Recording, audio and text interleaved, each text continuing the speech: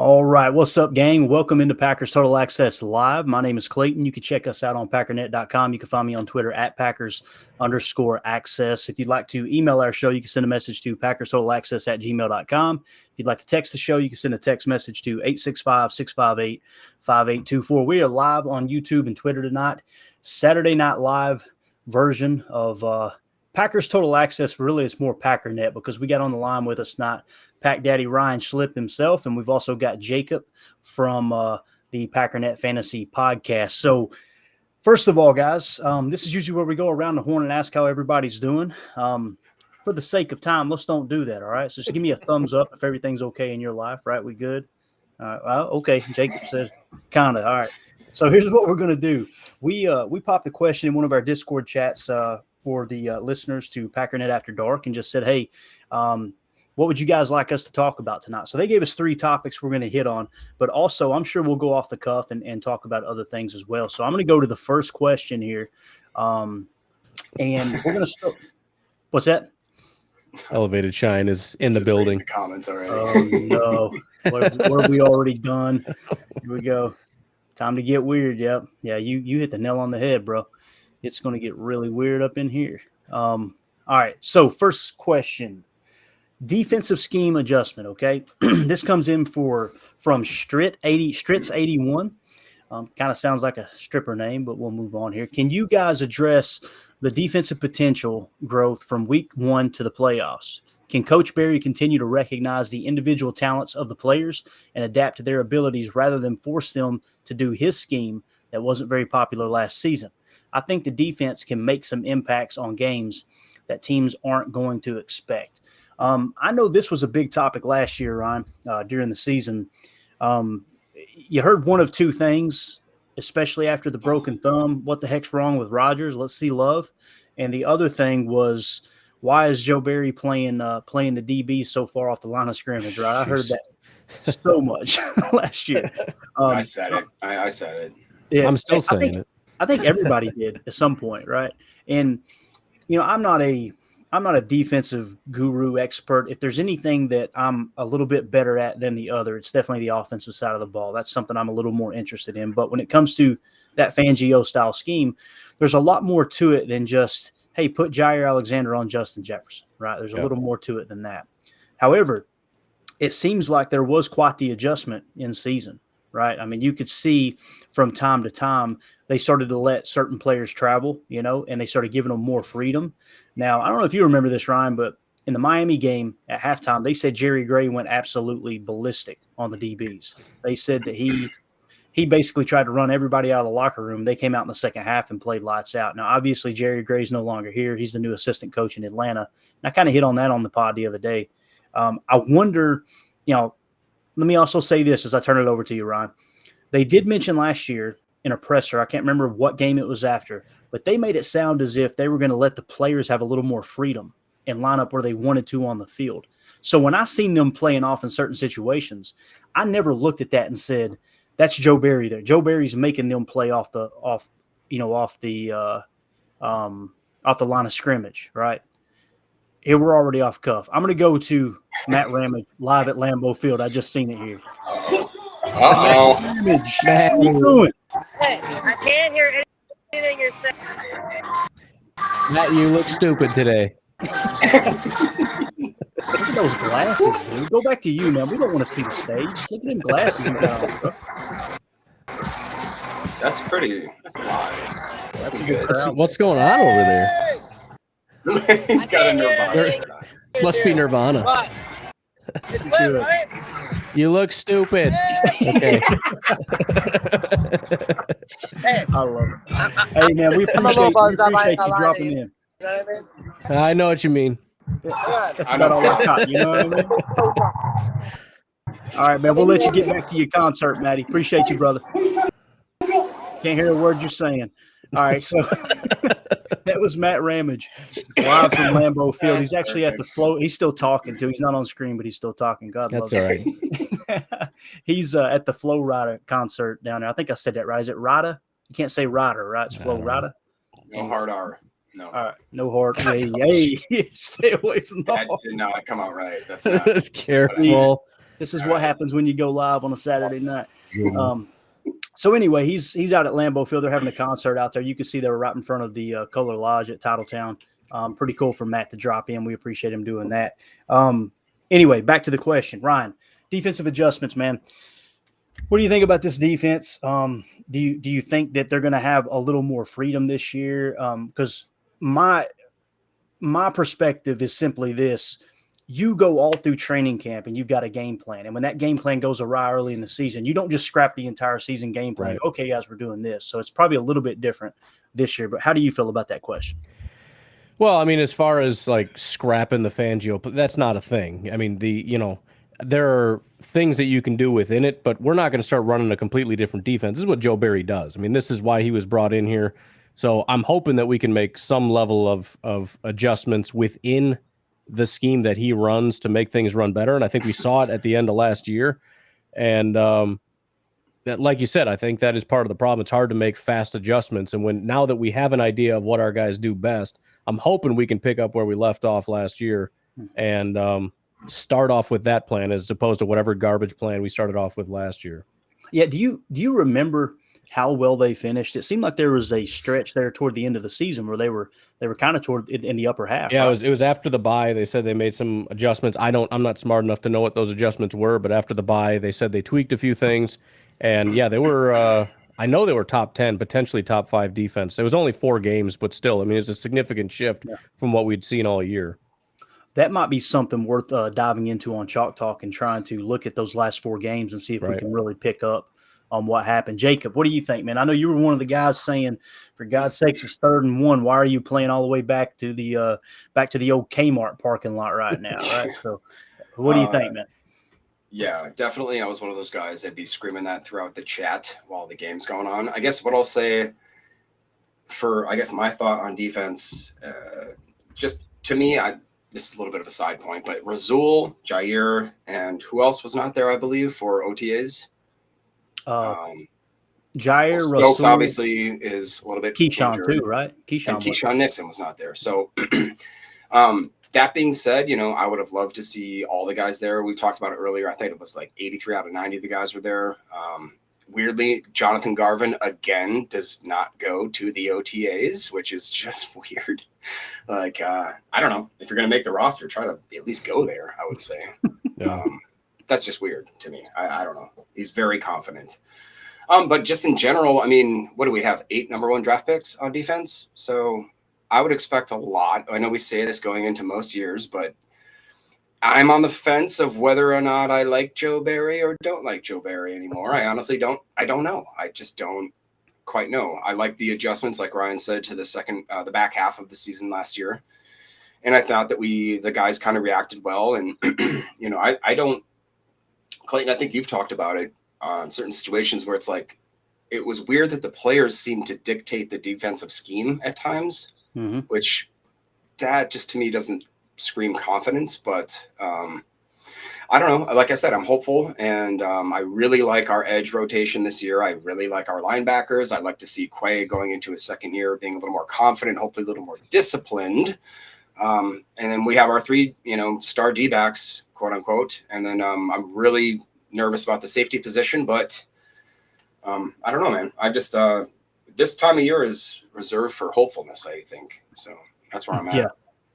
No doubt. Yeah, and the way I seen it, really, when I did Chalk Talk episodes and broke down the defensive plays that really hurt us in the game, right? And Blaine in the chat, check your DMs on Twitter, bro. You got an invite. Now, listen, don't be popping on the webcam and have your top off, all right? I don't know what to expect here. They're going to be sitting there eating He's 20 gummy. Can I ask a question? Holding a tomahawk ribeye with no shirt on. You know what I'm saying? Like, I can't handle that. Go ahead.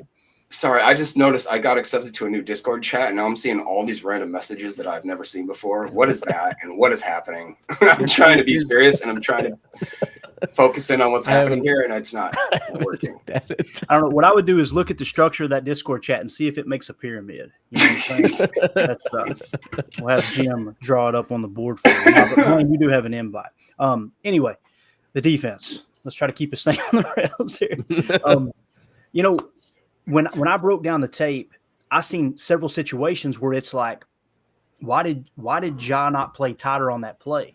Now it comes down to, okay, did Joe Barry tell him, no, play 8 yards off the ball? Guys, Joe Barry didn't say to do that. Now, they probably went over stuff in the meeting that week where they said, hey, look, if they come out in a tray set, if they come out in a stack, whatever kind of look, then Ja, you play 8 yards off, you play here. But that's where the player has got to have the mindset of, you got to know each situation. You've got to know down and distance right here. We've really got to snug up. And then later on in the season, when they said in the presser, we give our players the freedom to line up where they want to line up. That's why I put it on the players. Now you couple that with Ja, and Ja had a great year. Don't get me wrong. He really rebounded later in the year.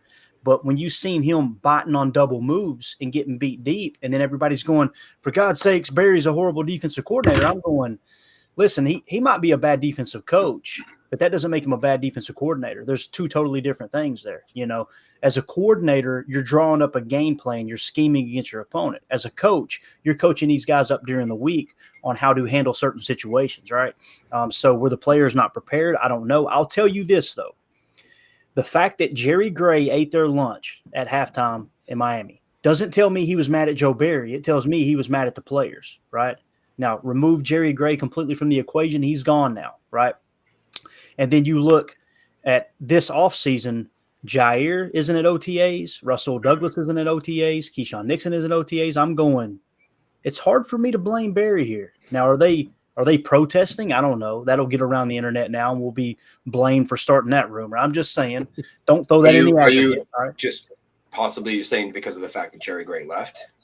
Or I just think in general, if they didn't promote him, maybe, or if there's division between them and Joe Barry, and this is their response is, well, we're just not going to practice. I'm sorry, I put that on the players. That's not the right way to handle it, you know. Right. And that's just kind of how I see that. And that's if you listen to what the comments were last year when they were constantly being pressed. Even Matt LaFleur, he constantly put it on the players. I mean, every time that they threw it at, the media would go at Joe Barry with what's going on. His response was always, well, no scheme is going to work if the players aren't executing it right. And essentially saying the play calls aren't the problem. It's the guys don't know what and we saw that. How many blown coverages did we see all year long? We knew that the guys were confused. I mean, yeah, it's up to the defensive coordinator to some degree to, if they can't handle it, to dumb it down, I guess. But we're going into year 2 of the scheme. He expected these guys to be ready to play and know what to do, and they're going out there with no idea what they're doing. Yep. I guess blame falls a little bit on both, but at some point with this talented defense, it's not just Joe Barry's head that's on the line. If you're going to be called a talented defense, you got to be able to execute at least a basic level of thing that half the league is running. I can't sit here and call you elite football players if you can't do it. So, right. I think if they can, there has to be a marriage between Joe Barry finding out what fits the guys and the guys actually doing the job properly. Yeah. And, when you look at it, the PFF grades line up exactly with what Coach LaFleur said. And then when you start the first half of the season, Darnell Savage playing free safety, hot garbage, right? And then all of a sudden, Rudy Ford plugs in, and Rudy Ford has a couple of elite grades and plays out of his mind. So what's that tell you? Nothing changed within the scheme. Rudy Ford played within the scheme. Rudy Ford, he recognizes keys within the defense. Now, Adrian Amos, again, he struggled, right? What did the PFF grade suggest? That he had a bad year. So now Amos isn't back. It amazes me how so many people, man, they bash PFF, but Amos has a horrible season and everybody's expecting the Packers to bring him back and they don't bring him back. It's like there's something else that lines up. I'm just saying, like they tend to be right or correct way more often than they are incorrect, in my opinion. But John Dorn here in the chat said, I heard LaFleur will be more involved on the defense. I think LaFleur's kind of got his hands full, and I haven't heard that, John. I'm sure it's true, buddy. I'd like to know where you heard it from. But I think LaFleur's kind of got his hands full on offense right now, which it was kind of cool. And I know we're talking defense right now, but Ryan, it's cool to hear, who was it the other day that said, was it Tom Clements said, I believe it was Tom Clements said, Jordan Love, there is nothing off limits in this offense for Jordan Love. Like he knows everything, right? Right. Yeah, and that's, just to go with this comment here, it would be really upsetting if Matt LaFleur felt like he needed to be involved in the defense. Then you shouldn't have brought Joe Barry back. Right. Period. Yeah, right. If he can't handle the defense, he shouldn't be here. So I hope you misheard that, John.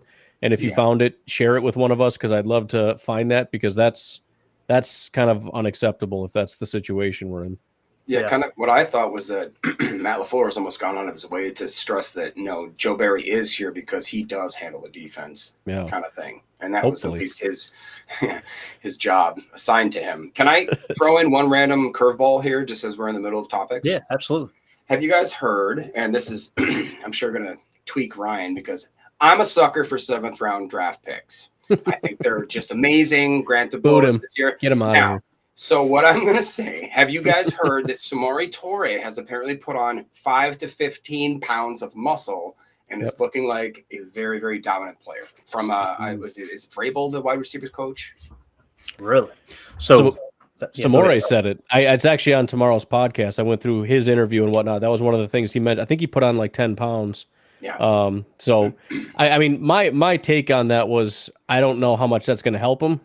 Is that going to help him or hurt him? I mean, he said that the Packers wanted to do that for durability reasons, which makes sense. But I'm just worried that maybe being a little lighter was kind of working to his advantage. So we'll see how it pans out. But that he has confirmed he put on a bunch of lean weight. I know this, man. I put on 10 pounds since I joined this network, and it ain't lean though, brother. It is not lean. I've got more chins than a Chinese phone book at the moment. We got to get that under control. But here's Tyler in the chat. Says, "Little late, guys, but I'm here. Welcome to the chat there, Tyler." Yeah, as far as Samori Toure, there was a lot of people talking about him in OTAs. Dontavian Wicks, or he, asked to be called Tay, I guess. I don't even want to get Tay Wicks. I'm excited to see what he does. I was trying to cut up a little bit of tape from him earlier. I'm trying to decide Tucker Kraft or Tay Wicks for the next Chalk Talk segment. But I kind of feel like the receiving core as it sits right now is going to be, and this could shuffle Christian Watson, and or Jaden Reed, that 1A, 1B, Romeo Dobbs, which Romeo Dobbs, it sounds like, is getting force-fed the ball at OTAs. Maybe they're trying to see, how much he can take at each wide receiver position. And then outside of those three, it's kind of, up in the air. Somebody said the other day, Ron, that Bo Melton ran a 4.3 40. Is that true? Probably. He's a Packer. Yeah. I read that. He's a Rutgers guy, right? He sure don't look. He don't look 4.3 on the field. But anyway, so now you've got Tay Wicks. I'm trying to remember everybody on the roster here. Grant Dubose, right? Dubose. Yeah.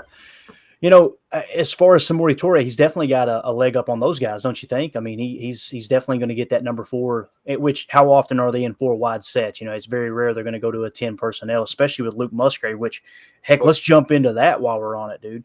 That dude, when you looked at the camp footage, his catch radius is looking amazing, man. I'm getting really excited about Luke Musgrave, Ron. Yeah, man, that clip, and I know, shorts, T-shirt, the whole 9 yards and everything, and maybe the camera had something to do with it, but man, when that one thing, when you're watching him run past you, and maybe it's just because you're on the field seeing it as opposed to on TV or whatever, but I saw him run past me like, holy crap, this guy is fast. And it's funny, too, because you look at the Matt LaFleur press conference, and I think the question was asked something like, he seems a little different than some of the other tight ends you've had here, and he just smiles and says he is different. So I mean, he's a 6'6" guy that's got to be by at least a top 5 speed guy at tight end, if not top 2, top 1. I don't know. I mean, his speed is insane what he can do, and he's a huge target. So I'm beyond excited to see at the Senior Bowl. That's what I heard, and I've been trying to dig more into his speed, but if he can do that, like I said, I went back and looked, and I have not found a NFL receiver that has run 20 miles an hour. Not one. 19 is the fastest I've seen. What?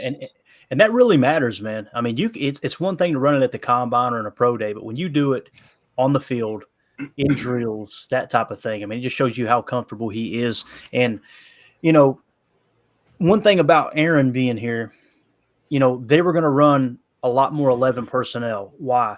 They didn't go out and draft any tight ends, and they stuck with, his boy Mercedes Lewis and Bob Tunyon, and they kind of moved them around. And they ran their share of 12 personnel, don't get me wrong, 1 running back, 2 tight ends. But Aaron really wanted to be in that 11 personnel. Now that Aaron's gone, I think that's where it's going to shift, is to more of that 12 look. Now, will Tucker Kraft be able to take on, the playbook and learn it, right? I know he's got the world by the tail, as we learned on draft night. But, I think it's going to be a little bit before he grabs every aspect of this offense. But again, you got Josiah DeGuara. Josiah DeGuara, if Luke Musgrave does come out and flash, right, and he wins that number 1 tight end spot, and he starts to take some of that attention, right, and they come into a 12 personnel look, and DeGuara is the second tight end, you might see DeGuara pop this year. You really might.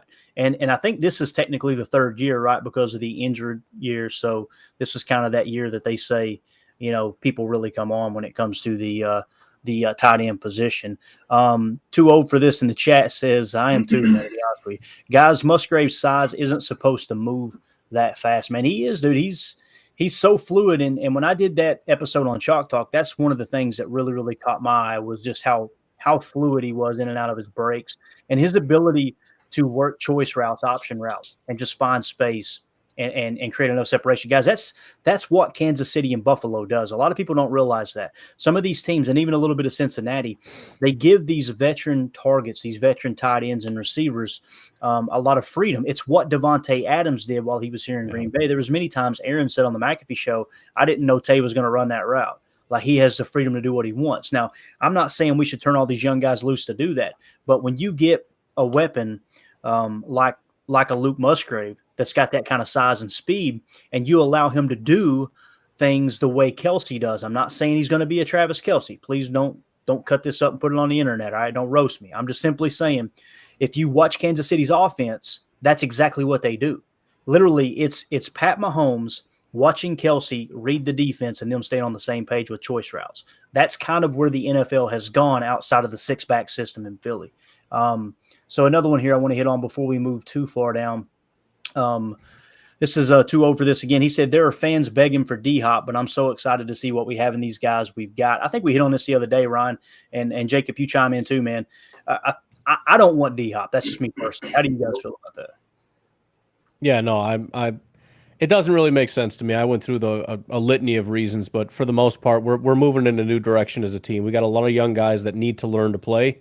This is about, even if we're not at our best today, fine. Then we need to be at our best next year, and they don't need to have their snaps hindered so that it's instead of next year, it's in 2 years or 3 years or 4 years because we keep bringing in crusty old 34-year-old over-the-hill veterans. I'm not interested. If we're not ready, we're not ready. It's trial by fire. So we have a bad year. Next year, we're going to come back stronger. That's the bottom line. I'm not afraid of having a down year if it means that next year we come back stronger. But I'm not going to keep patching up Band-Aids with not very good football players and think that we're going to limp in with this kind of stuff. It's just not going to happen. Yeah, I think those days are gone. You agree, Jacob? No D-Hop, bro? No, unless he wants to come over for some crazy stupid deal. But then even then, like Ryan said, that means that we're completely shifting the whole projection of the offense going forward. And we have, oh God, what do we got? Between our wide receivers, our tight ends, Aaron Jones is not old, guys. And then you got A.J. Dillon. Our specialty players what are they? I want to say that I saw a stat that we have like the league lowest average age for quote unquote specialty players or whatever you'd call that. So no, I don't want them to come and hinder what they could do as a progression. I mean, you look at what Christian Watson did last year, and that Clayton, I told you that. What was it? I mean, he was a number one wide receiver, and not just number one as far as like out of 30 teams. I'm talking he was the number one fantasy wide receiver for 3 weeks consistently. If you group it all together kind of thing, he was top 3 no matter how you do it. Yeah. So, I mean, the talent is there with Dobbs. I mean, I really do think that Tay, Wicks, Grant DeBose, and like I said, Smartori, we have a lot of young talent and guys that are hungry. And I don't think that we should tamp down that hunger by just bringing in a guy that is, you bring in D-Hop and he's guaranteed that he's on the field every single third down. Right. He's guaranteed that he's there for every first, you know what I'm saying? So I don't want that. I want people that have earned their time there. And we can use last year as an example. Christian Watson and Romeo Dobbs and Samori Toure missed out on opportunities because we force-fed Allen Lazard and Randall Cobb, who should not have been on the field, period. Exactly. They just shouldn't have been out there. They weren't as good as the guys that we had, and even if they had more experience, I don't care. We have a newer, younger group of guys that need the experience. We don't need Allen Lazard and Randall Cobb on the field. Yeah. I mean, it truly was the last dance. They were trying to – Right. I'm telling you, man, that comment that Rodgers made after the Philly game, yeah, you guys, we've got to go back and find it. But he was on the McAfee show, and he said I went down to get X-rayed, right? But when he hurt his ribs, and Yeah. he started to say something, and he cut himself off and said, "We'll talk about that later." And I immediately in my mind, and it's funny because McAfee immediately went to what was there like a long line and they wouldn't let you get the X-ray, or because it's in the bowels of Philadelphia Stadium. We know how that organization and that fan base are. They're rabid and they'll do anything to get an advantage. I'm going, no, Pat, that's not what he's saying. Something happened. I think that whether it was Goody in the locker room too, if it was just LaFleur or whoever, I think they went to Rodgers and said, "Hey, let's sit this out, man. Let's let Jordan finish." And that ticked them off. Like they were trying to go to Jordan right then. I really believe that. Makes sense. So I'm eager to hear that story. It'll come out sooner or later. Oh, yeah. Loose lips sink ships, and as soon as he goes on a couple Tuesdays in a row, that's going to come out. I'm telling you, it's going to come out. Yeah. But Garrett in the chat, thanks for tuning in, Garrett. Appreciate you, man. He says you can't have too many elite tight ends. That's a fact, and that's another thing about having Luke Musgrave is you can flex him out in a wide receiver position too. He can play the slot. You can go Y flex with him. And now you're forcing them into a bare minimum of a nickel defense, and you've got a guy running 20 mile an hour. Good luck covering that as a linebacker, right? There's just a lot of things you can do when you tap into the tight end market. We talked about it this offseason, man. I was like, we have got it was the final 4 teams in the playoffs all had solid tight end play, every one of them. Solid tight end play and solid center play. And it's like, we've got to get center fixed and we got to get some tight ends in here. And we kind of nailed it. We were talking about, hey, double dip in the second and third round at tight end. It didn't make sense with that first pick as much as I love Michael Mayer. The fact that the talent wasn't too far below Mayer after that I think Goody nailed it. I really do. Let's see here. Elevated Shine said, I've seen a clip of Laporta. He runs so smooth. I hate the lines. I think I'm definitely in the minority on this group right here. I like the way the Lions handled the draft personally. And I know I would get roasted for it. That's why I've kept my mouth shut. But I personally like the running back pick. And I'm kind of just laying back going, I hope it doesn't work out for the Lions. Don't get me wrong. But I wouldn't be surprised if they come out and they have really good running back play this year. But yeah, the Lions, I think they're going in the right direction. But like you pointed out in your pod, Ryan, they did make some questionable moves. Like you said, you disagreed with the running back draft pick there, and you made good points. You already kind of had them in house, and you could say, okay, they did go cheaper to get it. But hearing Greg Cosell talk about that running back, and I can't remember his name. I keep wanting to say Jameer Gibbs. Who is it? Gibbs. Jameer Gibbs. Yeah. He was high. I mean, he had him right below. The top running back in the draft. Like it was like Bijan Robinson. He was like, don't sleep on this kid. And I was thinking, in my mind, I immediately went, if we can get him in the second round, I'd be okay with that because A.J. Dillon might not be back next year. I didn't expect him to go in the first round, though, for sure. So anyway, don't hate the Lions. They drafted a running back and a linebacker in the first. Silly Lions. There you go. Right on. I'm telling you, I'm the only person that feels like that was a good pick. And they traded back much like we did for Reed, wide receiver there in the second round. It's like they were not worried about anybody drafting him at that spot, so they kind of went back and got him. But did you just see that comment there by John? He said Gibbs never had a 1,000-yard season in college. Is that true? Because if that's true, then that would be a little bit suspect, right? If the guy can't make it through a season, depends if you had a split backfield or something. I don't know the particulars of that. I don't have my notes. John, can you throw that in the comments if you know that by chance? Yeah, I don't have my notes readily handy. I'm gonna try to pull them up. But the thing that stood out to me, there was no other running back in this draft that I heard Greg Cosell rave over the way he did that running back. And the one thing that he did say was you could line him up in the X receiver position, like he's that good of a receiver, and that really caught me off guard because I had never heard him talk about running backs quite like that. I don't want to waste too much time talking about the Lions, but when we get on the next topic, I'll try. I will say the Sam Laporta, I know what clip he's talking about. I saw the same thing and thought the exact same thing. I saw him run that route and I was like, oh man, that was smooth. And I always liked that guy. I think he might have been my favorite tight end in the draft. That was my favorite. And as soon as I saw that clip of him running in Detroit, it was like, that's exactly what I saw in college. Dang it. I hope he's not a really good tight end. His yak is unreal. He seems so smooth. He's kind of like Aaron Jones, where for whatever reason, like you see him go into a gap and you're like, he'll never make it out of that, and then he just does, and you're like, why? Why does that happen? How does that happen? Yeah, James Jackson here in the chat says Love and DeGuara have a connection, so he'll probably have the best season of his career so far. I'll tell you another connection he has is with AJ Dillon, and I don't know if you guys caught on to it, but I felt like Rodgers got irritated with AJ Dillon several times last year, and it's almost like he didn't trust AJ in pass protection, this and that. You can tell AJ Dillon, DeGuara, and Jordan Love are attached at the hip, so I think there's definitely going to be some chemistry there. That's cool. I like that. Let's see here. In the chat, John Dorn says, think Ford will start at safety. I hope he does. I'm telling you right now, if he doesn't, I'm gonna paint a sign together with some cardboard on a stick, and I'm gonna be marching out behind Lambeau Field by myself. Because I am the president of the Rudy Ford fan club. And that dude, if they don't put him in the starting lineup when they did last year, I have a strong belief that they would have finished bottom 5 defense. I mean, that dude was one of the only highlights of that defense last year, especially after Gary went out. So I hope he does start. But I'll tell you this, what they did do, they scattershotted at safety, right? I mean, they went out and said, hey, Jonathan Owens, Tarvarius Moore, obviously Savage is getting paid more money than the president. You got all these people, and he knows where he's at, by the way. But anyway, you got all these people that they brung in, and it's kind of like, hey, let's open up a competition. I wouldn't be surprised if any of those combinations start, but for me personally, I would want Rudy Ford. He knows the scheme now, and he's just one of those guys. I don't want to call him a ball hawk, but that's another one that people don't understand, Ryan, that he's got some speed on him. I was shocked. What did he say he ran? It was some ridiculous speed. He just threw it out there like, oh yeah, I run like a 4.3 or something. I'm like, we were like, what? I just assumed you're like a 4.6 guy. Like, I don't know. Apparently he's some hyper athlete, super physical. It's like, I don't know why. Yeah, he's a fantastic football player. I don't know what the red flags were that caused him to not be drafted where, higher or whatever. But I think whatever the flags were with it, we've kind of alleviated those concerns.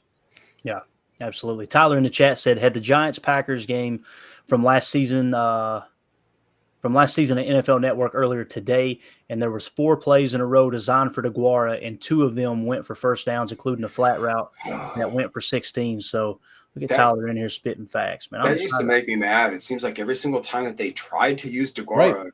And I remember that one where it was, I think it was against the Lions, where they just shoved him a little slant or something like that over the middle. Dude ran for like 60 yards. And he fights, everybody. Man. He's out there in a fist fight trying to get those extra yards. Yeah. I love the guy personally. Yeah, I do too, man. I was happy to see him bring him back for sure. All right, so John Dorn in the chat said Ford outperformed both of Green Bay's starting safeties by a significant margin. He had a 74.6 PFF grade ahead of Adrian Amos, 53.4, and Darnell Savage, 47.5. What's crazy about that 47.5, if I remember correctly, the only player that was lower than him in PFF grade, I think, was actually Jonathan Owens. So I swear, I think that was, when I seen it, I was like, is that the guy they signed? I'm pretty sure that's true. Somebody needs to fact check that. I actually think that's true. Yeah, I tried to plug that into one of our podcasts, and I saw that, and I was like, I'm not going to mention that. Goody's definitely got a top at safety. He likes great guys. He's like one of those girls. I just want to change him. I just want to change him. Did you hear the way he said it too, Ryan? Yeah, it was just really. All right. Really the chat says getting any veterans at this point that would be considered starters only stunts the growth of these young guys, and that's kind of the install's already started, right? So anybody you bring in, they've got to learn the system, unless it's someone who's really, really familiar with it. Someone from like the Rams organization or maybe the Niners. I think there's a little bit of difference even in defensive scheme between the Rams and Niners. But you hit the nail on the head there, Garrett. I agree. I'm going to ask you, this may be just a quick no, both of you guys, but if it ain't, elaborate and tell me, is there anybody out there that you go, man, I would be happy if they signed him? Because I can't think of anyone right now. Off the top of my head, no. Jacob? Maybe if you have some random edge, just because I don't know what's going to look like in the start of the year.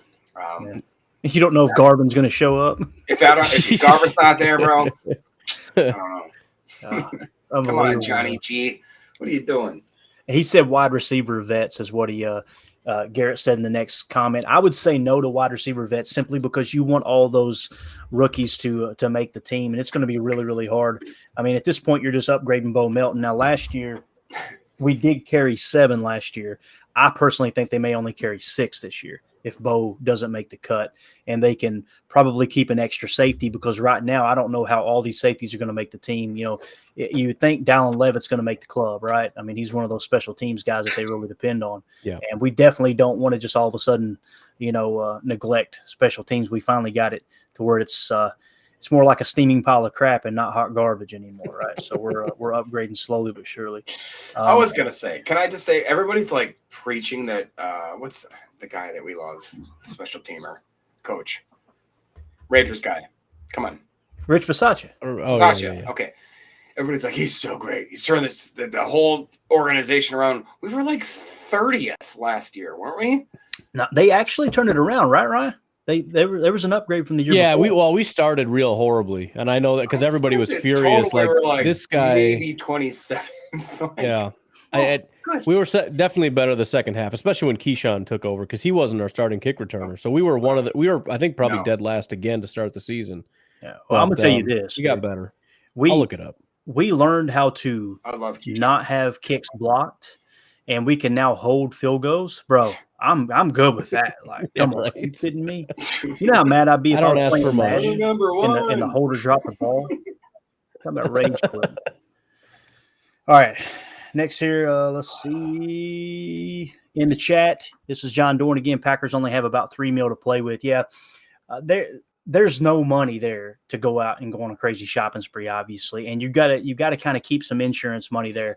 I think there's going to be maybe another restructure or two to free up a little bit of money where they feel a little more comfortable about what they got. Now, next year, there's a lot of things that could happen with Bach, and even post June. Now that we're into June, there's some stuff that could happen with Bach as far as whether you want to push money out or whatever. If you want to not bring him back next year, you're freeing up roughly $20 million, if I understood correctly. I haven't dove too deep into it yet, but yeah, they don't have a whole lot of money to play with. That's for sure.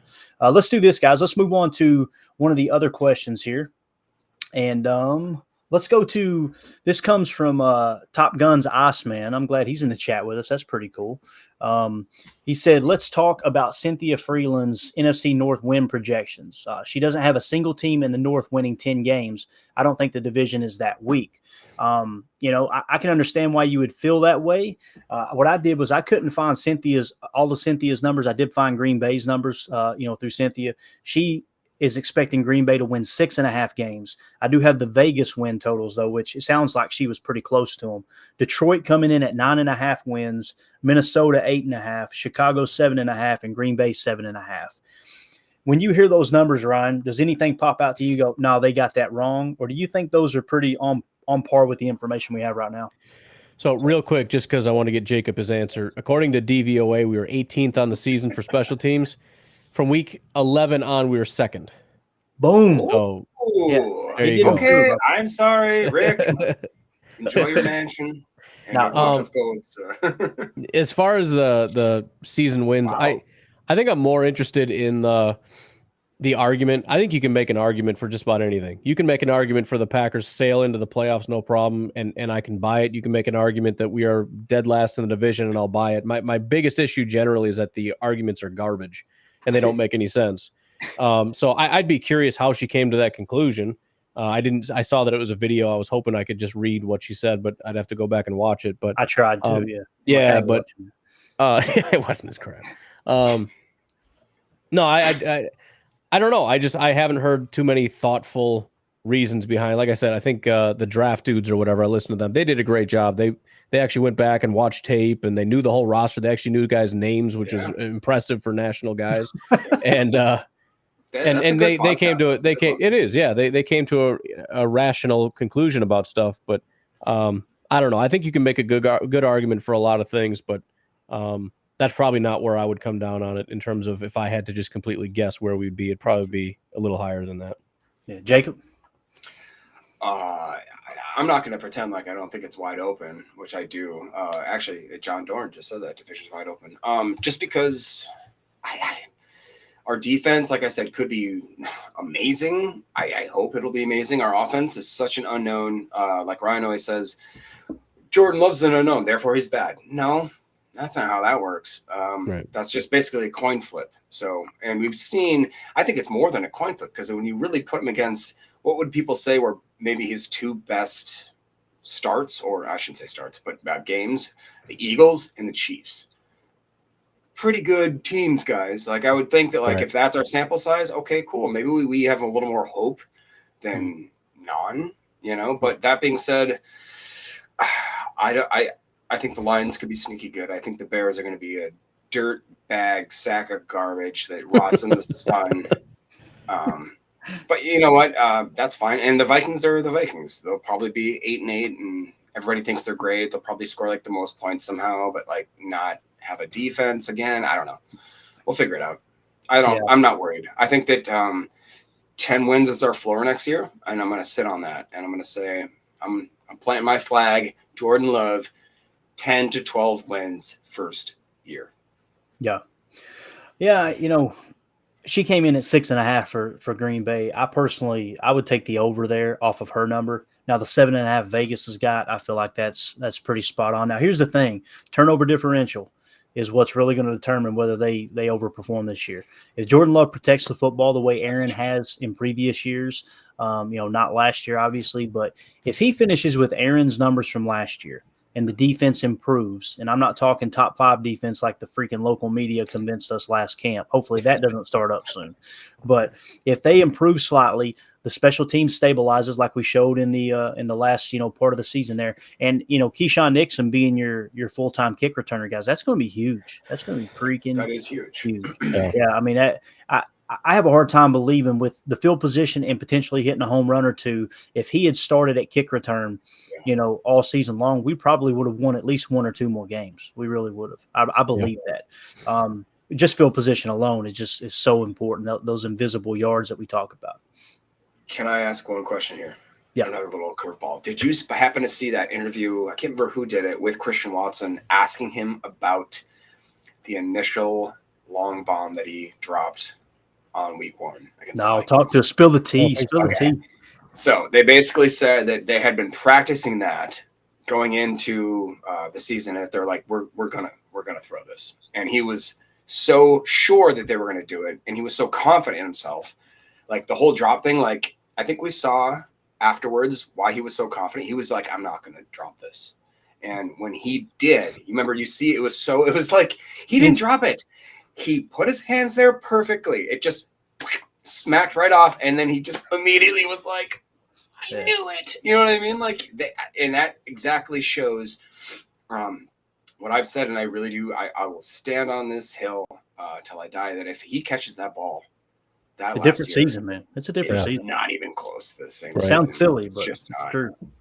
Yep, I agree. Because imagine Christian Watson's confidence week 1 going forward, and Aaron Rodgers' confidence in him.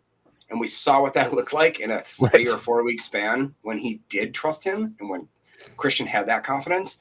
The dude literally outscored any other wide receiver in the league. Unbelievable. Yep, definitely. All right, we got in the chat here. Garrett says Clayton needs to tell Cameron Diaz to go easy on the hair gel next time with the faux hawk. Yeah, this is something about Mary, boy. Hey, Brett Favre is in that. It's a Brett Favre fan. I'm in town to play the Dolphins, you dumbass. Yeah, so here's the thing. I'll just go ahead and say it. I'll address this right now.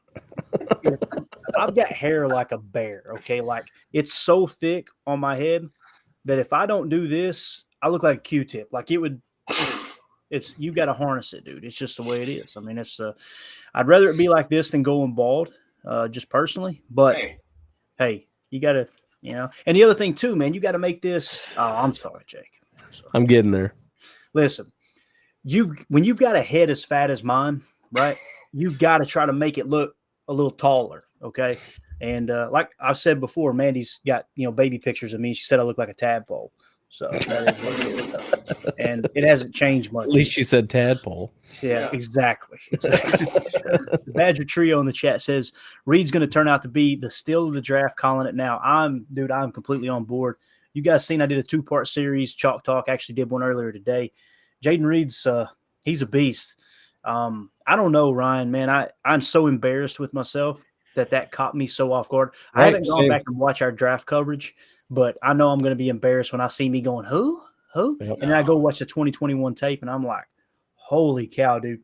And lining up in the X, lining up in the Z. I think I found 4 plays today where he was in the slot. He's all over the field. Jet sweep But too. He does the when you sweep see motion. the way the coverage plays him every single game, if he's on the boundary, they're 10 yards off the ball. They respected his speed so much, and just his ability to have aggressive eyes through the catch. I'm telling you, dude, I didn't see it from Dobbs last year. I didn't even see it from Christian Watson, although he had that fantastic, kind of spurt there at the end of the year.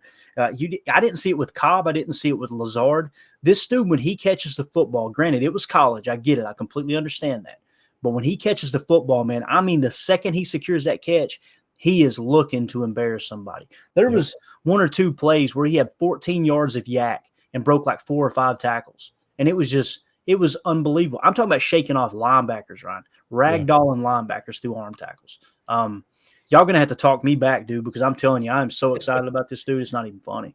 Well, and it's funny because it was almost live in our draft coverage because we all did that. We all just basically said like, I don't get it. Who is this guy? Like just super ticked. But I immediately went back and like I did with everybody, started watching some clips and I just immediately was like, holy crap, like how is he not? And I didn't want to be a homer about it because it's like, oh yeah, because you just drafted him. But I was mad because on my list of guys to cover, I think he was like one of the next guys on the list and I never got a chance to watch him. But it's like, I swear, man, this would have been one of my top guys for sure. He is such a, I mean, I immediately fell in love. I will say Musgrave and Lucas Van Ness are starting to get me a little bit jacked up in terms of like the gears are starting to turn a little bit on maybe what could potentially happen, especially with Dobbs having a good camp and everything. But he has been for sure my top guy. And I think nothing aside from hyping up Justin Fields will get me angrier than when everybody tries to relegate him as our slot guy. Everyone's like, oh yeah, he'll be the slot, and then no, don't give me that crap, dude. He is the number 2 guy. I mean, he's like a Tyler Lockett or something. He is that dude. He'll be inside fine, but he's also going to be outside. He's maybe a number 2, if not our number 1 wide receiver on this team. And I would almost be surprised if that's not the case by starting next year. Yeah, and I'm kind of looking at it from a deployment standpoint that I personally feel like it makes all the sense in the world for Christian Watson to be the X primarily, and for Jaden Reed to be the Z. And, in that Z role, when you use Z motion and he slides inside, you can run jet sweeps out of Z, all those things. You want your most athletic. You want the guy that defenses fear the most in that Z spot. That's what I see him as a Z receiver. That's what, after watching all the tape, breaking down 17 plays, that's what I came up with. We may end it here in a minute if we got time. I want to show y'all a few jump balls too. If we got a chance, we may do that. Let's finish up the chat here real quick. Just a couple, here, John Johnson's cheap on the market. Tyler also says, wouldn't mind Jason Pierre-Paul. That might be a decent one, JPP there for an edge defender. Of course, that edge room, like I said, I personally feel like it's going to be hard to trim that down the way it is, Yeah.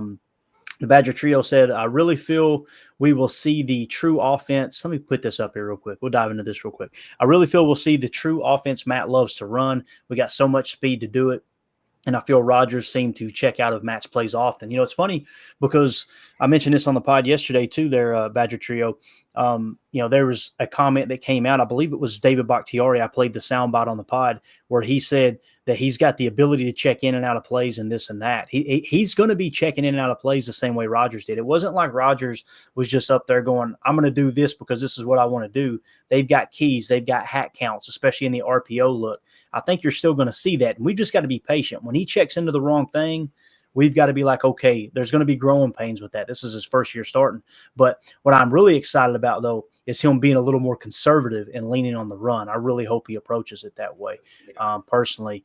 Ryan, anything you want to say there, man, as far as, like Badger Trio was saying, he feels like Matt will run the offense he wants to run because he definitely has more speed this year. Tight end, wide receiver, all the way across the board, right? I tend to agree, partially because, like you said, we're going to see more 12 personnel, and partially because I think Love will be more hesitant to change the plays a ton. I think he'll be more likely to kind of go with what's called before he feels more comfortable saying, okay, I see this in the defense. Let's make this adjustment. That would be my thought, especially early on. Yeah, absolutely. Jacob? So what I can do right now is, if I'm coming at this from a fantasy football aspect, which is, what I do here, you got to draft Jaden Reed. You got to draft Christian Watson because these guys are falling so, just a random thing. they don't give them a lot of respect whatsoever. Luke Musgrave, you can get him in like the 7th round. I mean, you can get a lot of these guys, Jaden Reed, Luke Musgrave, even guys like Dontavian Wicks, like when it's in the absolute dead of your dead, if you do a best ball draft, grab him. Why not grab him? Because he's one injury away from being the number 1 receiver in Green Bay, and same with Luke Musgrave, same with Aaron Jones and A.J. Dillon. There's no reason to think that these guys couldn't possibly come out to be, I don't want to say the best rushing league, but it would make sense, wouldn't it? Randomly, if we have a new quarterback, we have an unsure system, and we want to lean on what's heavy. What do we have that's heavy here? We have A.J. Dillon and Aaron Jones. We know that if we give these guys the ball, they're going to get at least enough yards to probably get us a first down almost every single play, especially Aaron Jones. He's just such a freak, right? So when you look at that and you look at what it's when these guys are getting projected drafting in fantasy football per se, it's really not even close. Like the whole Green Bay Packers team is a bargain buy right now for fantasy football. Grab your main starters first, the guys that are the go-tos, but then pepper in Green Bay Packers on your back half of your roster for anything you have, because these guys could blow up in an insane amount, and you have no idea. Romeo Doubs could be the number 1 receiver this year. You don't know that. Yeah. If you get him in your 14th round of your best ball league, that's amazing. That's amazing. Yeah. So absolutely. All right. In the chat here, John Dorn says the division is wide open. We kind of hit on that. I wouldn't be surprised if either any of these 4 teams come away with the division. Like, even if the Bears won the division, it wouldn't surprise me. It really wouldn't. They were hot garbage last year. I get it. Nothing surprises me in the NFL anymore. It really doesn't. Mike in the chat says 2 numbers to look for next season, 35 and 20. And he said the reason being is he said the first number is 35 touchdown passes and the second is 20 interceptions. He's new to going to be Favre, but he won't be Rodgers either. High variance, many touchdowns and many interceptions. I think those are if you told me he throws 35 touchdowns and 20 interceptions, I'd be okay with that. I think 35 is a little on the high side, but I think the interceptions are too. I think more like 30-12, 30-14-ish. If he's in that range, then I wouldn't be surprised if we win 10 games. I really, really wouldn't. Andy Monday in the chat says, any interest in Chris Wormley, the defensive lineman formerly of Pittsburgh? When it comes to D-line, man, I know this is a lazy answer. I just want Devontae Wyatt out there every freaking snap, dude. I want to see what he can do on this defensive front. I'm going to try to rattle through. Go ahead. I'm sorry, and the young guys. We got some, if I wasn't mistaken, who's the big guy? Carl Brooks, I believe. And who was the Wooden? Is that his name? Wooden. Yeah, yep. Colby Wooden. He was taking number 1 snaps from what I heard from Andy Herman's podcast. So just it's good to see. I mean. Yep. Yeah, absolutely. Let's see here. John Dorn in the chat says number 2 wide receivers wide open, should get interesting. Elevated shine. My hair is thinning. It like it froze up after I wash it. Yeah, so keep making fun of my gel in the chat, you freak. Over. Tyler says, let's hope but not put expectations of Reed being number 2 or number 1 right away. And I think that's a fair comment, Tyler. I mean, it takes some time, and they're definitely hesitant on those young players, You want to try to work them into the scheme as much as you can. Rob in the chat says, I assume that Watson going to be our number 1 this year and Dobbs will be the number 2. What are y'all's thoughts? I think that's a very, very, very fair prediction there. And you've seen it in OTAs. It kind of feels like Dobbs is going to be that number 2 guy off the bat. Do you agree, Ryan, or do you hope they push Jaden Reed? For now, yes, that's 1 and 2. We'll see kind of how that evolves as time goes on. Yeah, absolutely. All right. Tyler in the chat says, because if he doesn't reach that, people will kill the kid. I don't know, man. I didn't feel like, I almost said I didn't feel like they killed Tay, but they did kill Tay. You're exactly right. They destroyed Tay over drops. So I can understand that angle for sure. It's Packers King on the second account. 10 will have 35 touchdowns and 20 is what Mike said there again. That's Mike Hebring. We know Mike. Yeah. Mike's OG. Yeah. And then Goat Mike says, I got everything Packers, including the show. Like Prison Mike? Is that Prison Mike? You got Prison Mike and Goat Mike? I think I'll push you up against the wall, biatch. Sorry. I love it. All right. I'm going to share the screen here, boys. I'm going to try to find it for you real quick. You got to see it. What's that? Did you say something? No. Okay. All right. I'm going to try to find us something here. I want you to see a couple of plays real quick. And this is Jaden Reed for those of you listening on the pod. I want to comb out a couple of them that were just absolutely phenomenal. Let me see if I can hunt them down here. Gosh, I know I had it outlined earlier. There was a couple plays just in traffic where he annihilated the defense. Let me see. This is good podcasting here, right here. Say something smart, Jacob, while I find this play, man. Say something. I enjoy pickles. There you go. Man. That's all I Attaboy. got. That's all I had there. Crushed it. Absolutely crushed it. All right, so there'd be the fourth play, third quarter, 8:55. Let me see if I can find this timestamp. This is freaking awesome. Fourth play, 8:55 timestamp right here. Okay, watch this play right here. Okay, so you've got a yeah, this is it. All right. Third quarter, 8:55 left. It's an 11 pistol, Y right, slot motion left, play action screen, Z smoke. So he's going to be playing Z up here up top. And I want you to watch him on this smoke, okay? What they're basically going to do is set up a screen. He's going – now look how far off this guy's playing, right? You guys can see the screen, right, Ryan? What is that, a Joe Barry defense? Yeah. Yeah, exactly, right? Now, this is what I want you to focus on. They did this all season long. Look at the bottom. They're snug. But over Jaden, he ain't burning me, dude. Absolutely not. So what they're going to do is run a smoke screen. So Jaden is supposed to just step back and catch a screen. The tight end is going to come out here and block. I'm going to go ahead and warn you guys. You're going to have two offensive linemen and a tight end to block this side, and everybody craps the bed. They don't block a single person. I want you to watch what Jaden Reed does here. So you see the motion, right? They're going to do a play action screen. Dump it. Now watch this. This is a linebacker.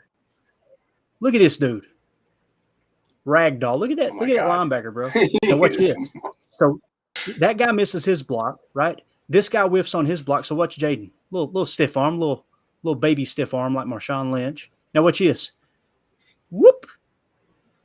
Bro, wow. You're talking about 14 yards after the catch and made like 4 defenders miss. That's the stuff that gets me excited. He's got that punt returner's mentality. A catch is never enough. That's just the start. No, he really does, dude. It's funny you said that because just a few plays later, let's see if we can find it here. I think I've got it right here. Yeah, watch this. Here's Jaden on the punt return. Yep. Look where he had to go back. I think if I counted this right, this was 75 yards in the air. Jeez. Now look at him having to go backwards and watch this. Wow. Watch him. Just so fluid, dude. Reset on me there. Yeah, you don't care. Now watch this right here. Wow. He should be dead right here, right, guys? Look at this. All these defenders that's got He's got an angle. Now watch him. Look at this angle and look.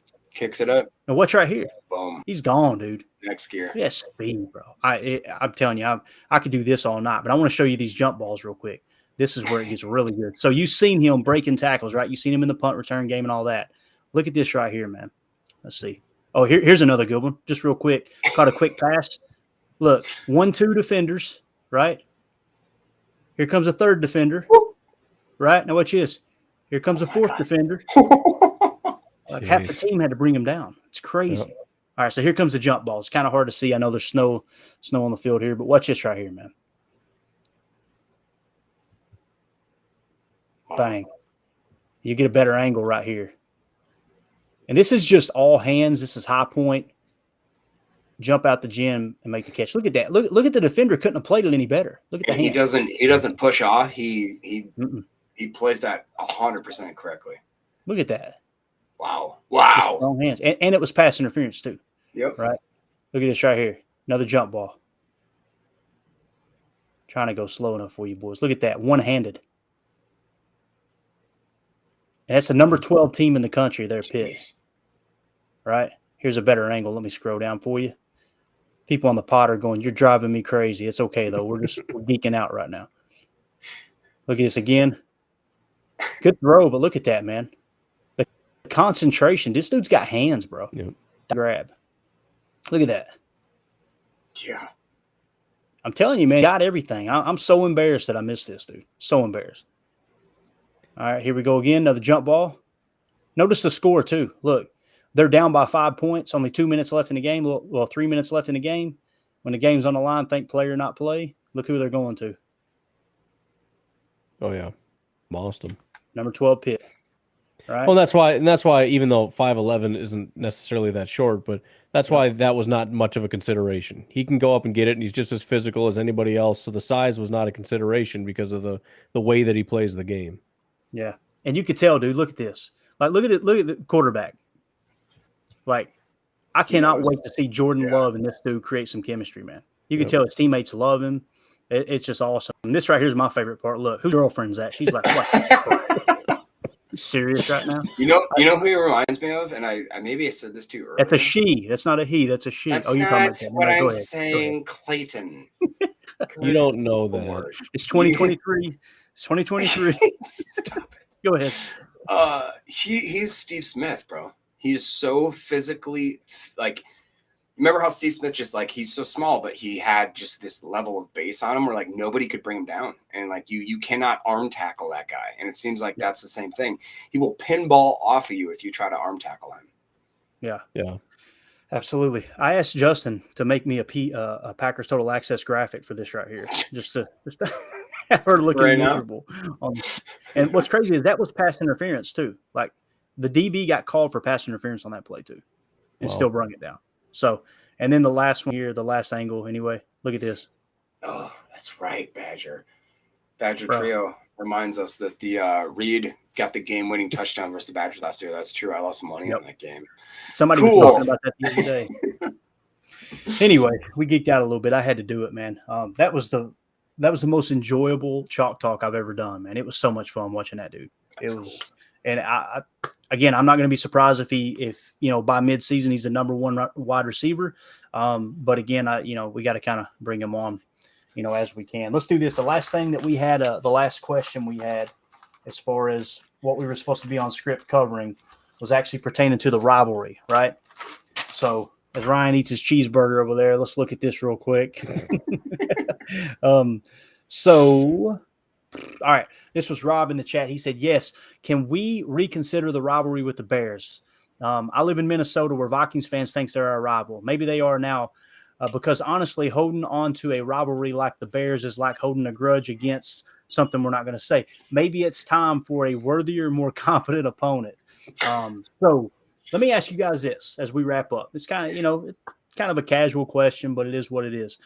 Who is the biggest rival for the Green Bay Packers?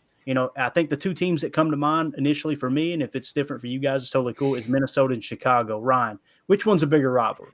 Chicago Bears or Minnesota Vikings? I mean, I as silly as it sounds, I don't think we can rule out Detroit because they're honestly the team I'm probably most scared to play. They play us the hardest every year. They're one of the hardest to beat. The Bears are I get that there's like some historic thing with the Bears. It's been a joke. So depending on what your definition of a rivalry is, I don't think there's too many that you could fit Bears-Packers in that actually fits that definition. So if I had to pick, it would be the Vikings, but I really think the Lions have been one of the toughest teams in the division that we've faced over the last several years.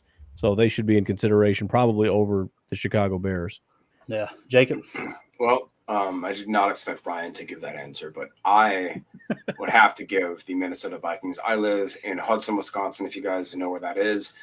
You take literally, I can throw a stone across the St. Croix River, which then bleeds into the Mississippi, which separates, obviously the half of the United States. So basically, the Vikings are within a stone's throw away from me. So therefore, I grew up with the most idiotic, dumb, Viking fans just telling you every year, oh, it's going to be so good again. We've got Kirk Cousins and we've got Dante Culpepper, and so I grew up in grade school where like if you wore a Packers, like a starter jacket, which I got still, you got made fun of by like half of your classmates because they're simply just right there. So in my personal opinion, from where I live, logistically, I hate the Vikings so much. And then from there it'd be the Bears.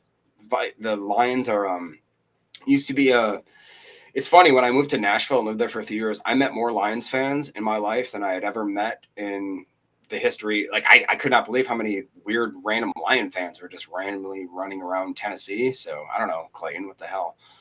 I ain't my I met Kid Rock at his bar, and his brother is like a diehard Lions fan, and we got into like a heated 1 hour conversation about why. Anyways, There was no alcohol involved, right? None. Never. No, absolutely not. No. Yeah. Rob in the chat says Minnesota and Detroit. And then let's see here. The Badger Trio said, for me, it's the Vikings. I just can't stand them. And then he went on to say, more so Vikings seem to love to sign old Packers just to stick it to us. I'll tell you this. I've been to Bears games. I've been to Packers Vikings games. The Bears fans that I've interacted with at the ball game have been very respectful, and they respect the history. That's just been my experience. It may Vikings not be the case fans for you guys. are dogs, bro. Dude, they are Vikings not fans, nice people. I've watched them kick the leg out of a child before. I've seen that. I've never met a group of people that are so braggadocious and haven't won a freaking thing. Like, it cracks me up. I'm like, and when we went to it was Packers Vikings Monday Night Football. It was Aaron Rodgers' very first start, right, at Lambeau Field, and we had these Vikings fans sitting next to us. It was a young couple. And he had like the authentic, $250 Jared Allen jersey on, right? And we're just, whatever. So by the end of the game, he's chanting "Go Pack Go" with us, right? And he actually took his Jared Allen jersey off. He was drunk as a skunk, obviously. He threw his Jared Allen jersey onto the field. And the girl that was with him, I guess it was his girlfriend, shoved him down to where he face planted and walked out. She went down to the railing and asked the security guard, "Will you hand me that jersey?" She took the jersey and left, and he's up there chanting "Go Pack Go" with us. He don't know where he's at. He's so blackout drunk, right? And then by the end of the game, as soon as the game's over, he's just like, "Yeah," and he went, "Did y'all see where she went?" Like, the last thing I heard him say is me and Mandy walked up the bleachers was he said, "I don't know how I'm getting back to Minnesota." Like, that was his ride as she left him, bro. But they were pretty obnoxious. For me, it's definitely the Vikings, just personally. And King of the Hill said the same thing. It's Vikings for him. So we're at an hour and 6 minutes. We went a little over, but I wanted to hit on every one of the comments in the chat. Appreciate you guys hanging out with us. Let's wrap this big bear up. Ryan, anything you want to say as we get ready to I guess we got another OTA coming up soon, right? Am I thinking right? Yeah, we got one more week, so we should get one more day of coverage. Then it's going to be sadness for a little bit of a while, but I think, as I mentioned on tomorrow's podcast a little bit, as much as it's nice to kind of get a taste, and I wish I could be grateful for it, it's just making me want more of a taste. So I can't wait until we come back and get some pads on and see these guys get at it, because I'm dying to see what they can do on the field. Yeah, there's not a draft pick or an addition this year that I feel like are going to be slower with pads on. That's what I'm excited about. I think that you're going to see some separation between Luke Musgrave and Jaden Reed on the field, just from what I've seen on tape. They look so fast in full gear. What about you, Jacob?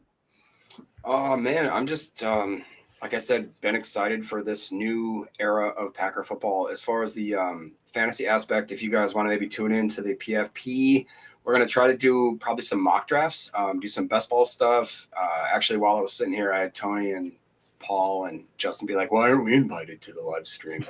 So we're going to try to get something together, maybe hopefully tomorrow, and just try to crank out, a couple things. It's good right this time. If you can get into a lot of best ball leagues, this is where you can get a lot of your sneaky money, man. Because if early and a competition closes, like certain sort of backups and second stringers that may become first stringers, again, like basically the whole Packers roster, draft them late in your league kind of thing. Anyways, we'll be talking about that on the PFP podcast. So awesome. Good stuff, man. Good stuff. Well, we're going to get out of here. Appreciate everybody's time. I want to thank you guys for hanging out with me, man. It always makes the show so much more enjoyable. Appreciate everybody in the chat. As always, let's go out and be the change we want to see in the world.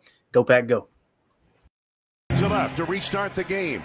And this one carrying into the end zone about 4 yards deep. Here comes Nixon to the 5. Left hash marks 10, 15. Hits a hole hard. He's to the 25, 30. Breaks into the clear. Keyshawn Nixon is off to the races. It's Secretary of the Belmont. Down the splits in time. No one will catch him. It's a touchdown.